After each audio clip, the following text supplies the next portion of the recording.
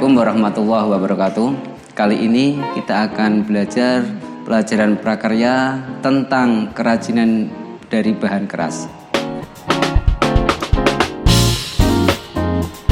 Apa itu kerajinan bahan keras? Nah, coba kamu perhatikan gambar contoh berikut ini.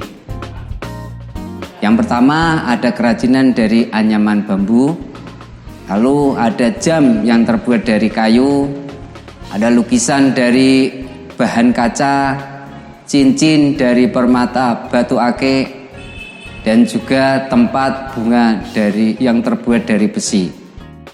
Jadi, apa itu kerajinan? Kerajinan adalah karya seni yang proses pembuatannya menggunakan keterampilan tangan manusia. Jadi, kerajinan itu dibuat oleh seorang pengrajin. Kerajinan bahan keras merupakan kerajinan yang dibuat dari bahan dasar material yang bersifat keras. Bahan keras itu bahan yang mempunyai tekstur keras dan teknik pengolahannya menggunakan alat bantu seperti tatah, amplas, gergaji, las, dan sebagainya. Bahan keras itu sendiri dikelompokkan menjadi dua macam. Yang pertama ada bahan keras alami dan bahan keras buatan. Bahan keras alami mempunyai ciri-ciri, yaitu terdapat langsung di alam, dapat dijadikan sebagai produk kerajinan, dijadikan sebagai kerajinan tanpa melalui proses pengolahan terlebih dahulu. Kemudian sifatnya itu organik atau bisa terurai oleh organisme pengurai. Contoh, sini bambu, batok kelapa, rotan, cangkang kerang, dan kayu. Yang kedua adalah bahan keras buatan. Bahan keras buatan ciri-cirinya dibuat oleh manusia. Jadi bahan tersebut melalui pengolahan manusia. Biasanya bersifat anorganik atau tidak bisa teroleh oleh organisme pengurai. Contoh pralon, besi, keramik, dan pecahan kaca. Contoh kerajinan dari bahan keras alami misalkan ceret atau gelas yang terbuat dari batok kelapa, miniatur dari kayu, lampu hias yang terbuat dari bambu, juga tempat baju kotor dari anyaman bambu, dan lain sebagainya. Adapun teknik membuat kerajinan dari bahan keras ada banyak cara. Yang pertama ada teknik anyam. Teknik anyam itu adalah teknik, yaitu sebuah teknik kerajinan yang sistem pengerjaannya dengan cara menyilang-nyilangkan atau menggabungkan bahan hingga menjadi sebuah karya. Teknik yang kedua yaitu teknik las. Teknik las itu adalah penyambungan logam dengan cara mencairkan sebagian logam utama serta logam pengisi dengan tanpa tekanan sehingga menghasilkan sambungan yang kontinu atau permanen. Teknik yang ketiga adalah teknik ukiran. Pada teknik ini melewati beberapa tahap, mulai membuat pola penjungkilan hingga membentuk sebuah cekungan atau cembungan hingga menjadi pola tertentu. Teknik yang keempat adalah teknik bubut. Teknik ini diperlukan sebuah alat pahat bubut yang fungsinya untuk mengiris atau membentuk suatu benda. Teknik yang kelima adalah teknik cor atau dinamakan tuang dan cetak.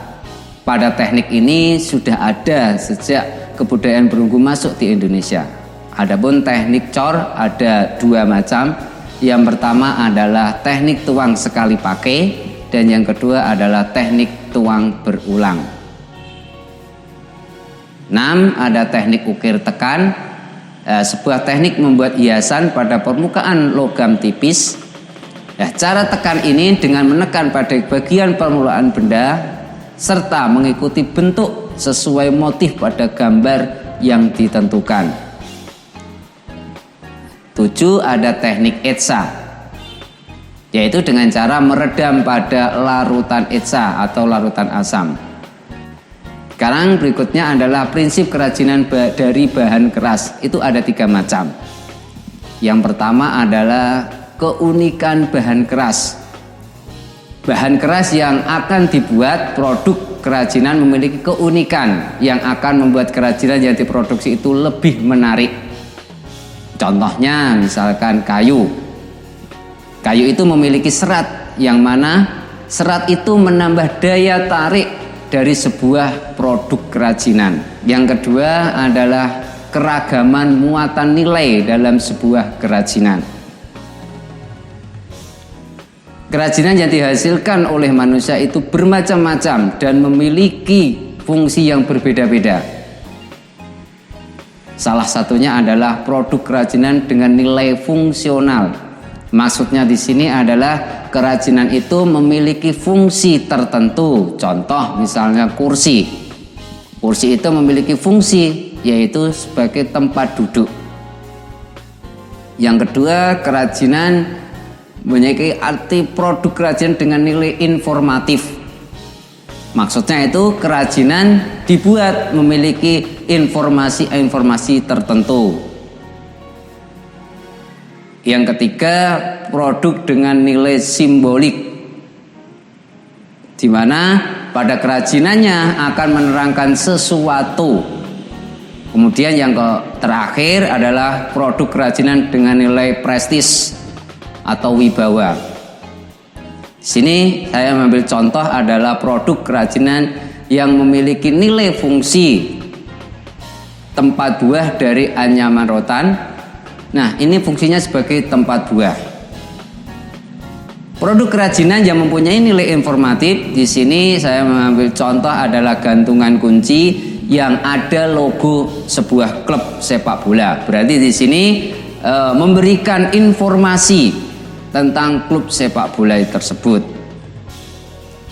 Lalu contoh kerajinan yang memiliki nilai simbolik ini adalah dinding yang ada di Candi Borobudur yang menceritakan kehidupan pada zaman Kerajaan Kertanegara. Jadi dinding Candi Borobudur itu menyimpulkan kebudayaan pada saat Kerajaan Kertanegara. Terakhir yaitu contoh produk kerajinan dengan nilai prestis. Di sini digambarkan tas. Tas yang terbuat dari bahan dasar kulit. Biasanya kerajaan ini bahan dasarnya kulit dan memiliki nilai wibawa yang tinggi. Demikian apa yang bisa saya sampaikan. Semoga ada manfaatnya. Saya akhiri. Assalamualaikum warahmatullahi wabarakatuh.